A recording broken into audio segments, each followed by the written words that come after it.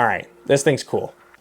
This thing's really cool. How's it going, guys? My name is Pat Greenall. Welcome back to my channel. Today we're gonna be talking a little bit about the DJI RS3 MINI.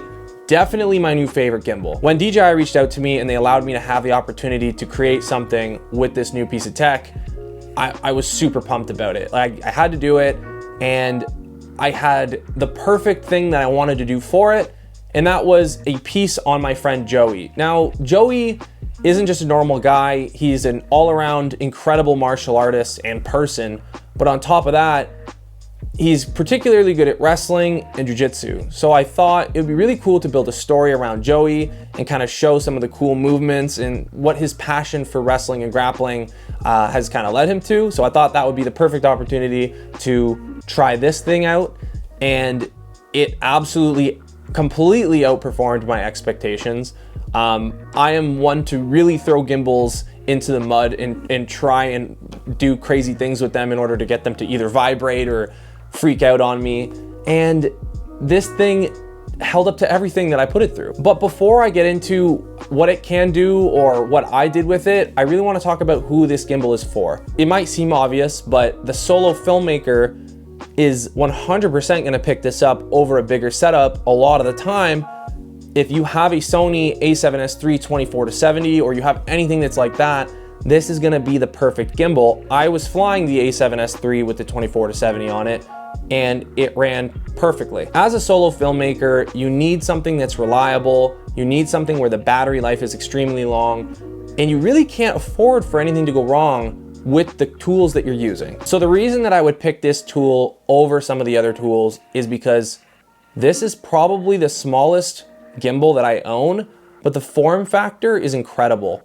And the reason I say that is because during these wrestling sequences that I was shooting with Joe, I would get into these really awkward postures, and I kind of looked like Hunchback of Notre Dame, if I'm being totally honest. To be frank, that's not good for your back. And this thing allowed me to get in the most awkward positions and capture the most dynamic footage that I could possibly get.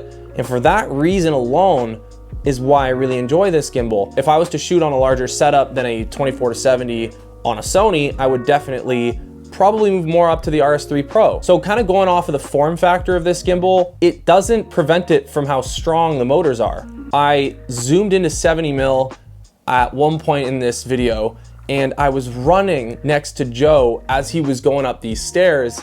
And I just remember I'm sprinting with this gimbal with one hand like this. And as I'm running, I'm tipping the camera up and running. A lot of gimbals would have freaked out if I didn't balance it first and I just zoomed it in and I started running and tilting it and moving. But it did great. I got a fantastic shot with it and it turned out really smooth. But there was a lot of moments throughout this video that I just shot where I just couldn't believe it was able to do that and not freak out on me. Another feature that I think is super important with this gimbal is it comes with its own native vertical mount, which is incredible. You don't have to order a separate vertical mount for your gimbal. It has it attached right on. You just kind of slide it off and you reattach it vertically. It takes you like 2 seconds to do, and now you don't have to order some sort of alternative mount for your camera or for your gimbal in order to kind of set it up vertically. You can just do it like this, and it just comes with the gimbal. It's perfect. I know there's a ton of clients now that are looking for vertical videos. You have Instagram Reels, you have TikToks, you have YouTube Shorts, you have pretty much everything going on vertical now. Even though I don't love vertical, you can't fall behind with the times. And the fact that this gimbal has a seamless vertical attachment that just comes with it, it's extremely valuable to have something like that, especially if you're trying to make videos in this day and age. I had the chance to walk around and actually try the vertical mount on it. It didn't take me very long to balance it at all. I just kind of slid it on, did a quick balance, and I probably could have balanced it better, to be honest. But again, without it being a perfect balance, I was still able to use it, and I didn't have any issues with it whatsoever. One of the features that I wish I used more, because it's one of those really subtle features that you really enjoy in something like this, it has a Bluetooth capability to camera where you can record straight from the gimbal. But essentially, you can go to your settings on your camera and Bluetooth it to the gimbal, and then whenever you want to record, you would just press the record button here, and it would kind of save you doing this awkward hand motion. The reason that this can get important is because if you're in a weird position like this, it's easier to just press the button than if you're gonna take your hand off the gimbal, press the button, re-grip the gimbal. There are custom modes on it. I did go ahead and use the custom modes, and it's really easy to navigate through the menu and set them up to get the tuning right for how you wanna pan, how you wanna tilt, and all those other things. It has really seamless custom modes, and whenever I'm shooting, I use those. When you're a solo filmmaker, you need to make sure that your tool is gonna last as long as you do. And this thing does not die. The battery is insane on it.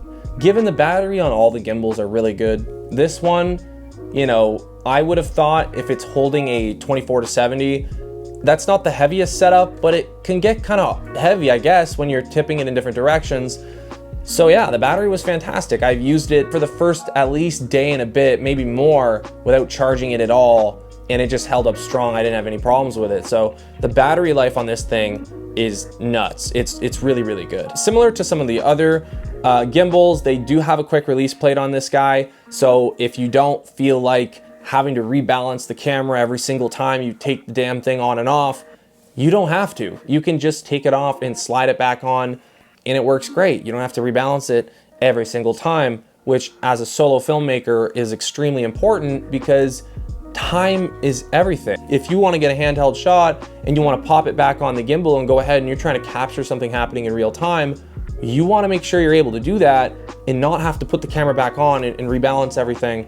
That could be a nightmare. So it's great that they have the quick release plate system on it. And that's another feature I think is really cool. So before I close this off, I think the most important thing to take away, and this is my opinion, is that flow state during your creative process is probably the most important thing. And that might sound corny, but it means a lot. If you have a gimbal that you get tired holding, that can be discouraging. If you have a gimbal where you have to constantly rebalance it every time you do something, that can be kind of discouraging. And these things are really important. I was able to take this gimbal and run around Toronto and capture footage, and it kind of reminded me of what it was like when I first started making videos and just picking up a camera and running around and actually having fun creating something. As weird as it is, this really reminded me of that. And I think it was because of the usability and the size of it, but I'm sure all the other features really played a factor in that.